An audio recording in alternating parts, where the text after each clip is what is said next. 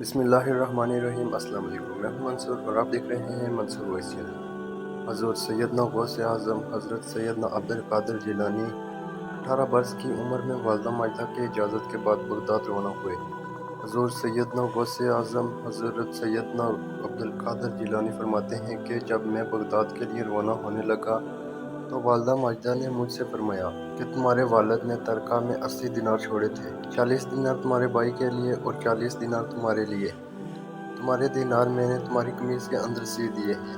میں نے والدہ ماجدہ سے نصیحت کی، درخواست کی تو انہوں نے فرمایا کہ اللہ عز و جل کے احکامات کی پابندی کرنا، حرام سے پرہیز کرنا، تقدیر الہی پر راضی رہنا اور ہاں کیسے بھی حالات ہوں جھوٹ نہ بولنا۔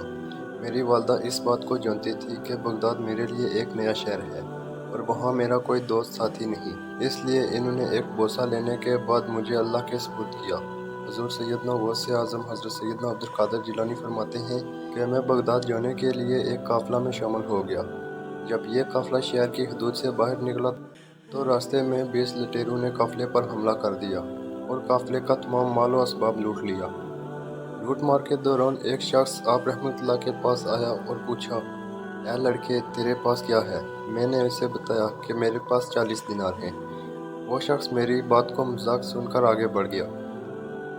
اس کے بعد ایک اور شخص میرے پاس آیا اور اس نے بھی مجھ سے یہی پوچھا اور میں نے اسے بھی یہی بتایا کہ میرے پاس 40 دینار ہیں۔ وہ شخص بھی میری بات کا مذاق اڑاتے ہوئے آگے چلا گیا۔ کچھ دیر بعد یہ دونوں لٹیرے اپنے سردار کے پاس گئے اور اسے میری بات بتائی۔ اس سردار نے مجھے بلایا اور کہا کہ کیا واقعی تمہارے پاس 40 دینار ہیں؟ میں نے اسے بتایا کہ ہاں، میری قمیض میں سیے ہوئے ہیں۔ اس نے قمیض کو ادھیڑ کر دیکھا تو اس میں سے 40 دینار برآمد ہو گئے۔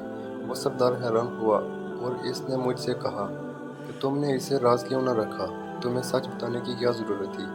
میں نے جواب دیا کہ میری والدہ نے سفر پر نکلتے وقت اس بات کی نصیحت کی تھی کہ بیٹا جیسے بھی حالات ہوں تم جھوٹ نہ بولنا، لہٰذا جب مجھ سے پوچھا گیا کہ میرے پاس کیا ہے تو میں نے سچ بتا دیا۔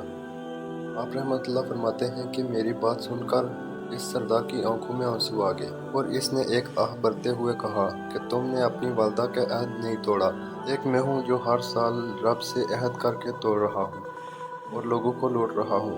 یہ کہہ کر وہ سردار میرے قدموں میں گر پڑا اور توبہ کرنے کے بعد تمام مال و اسباب قافلے والوں کو واپس کر دیا۔ یہ پہلا موقع تھا جب کسی شخص نے میرے دست مبارک پر توبہ کی۔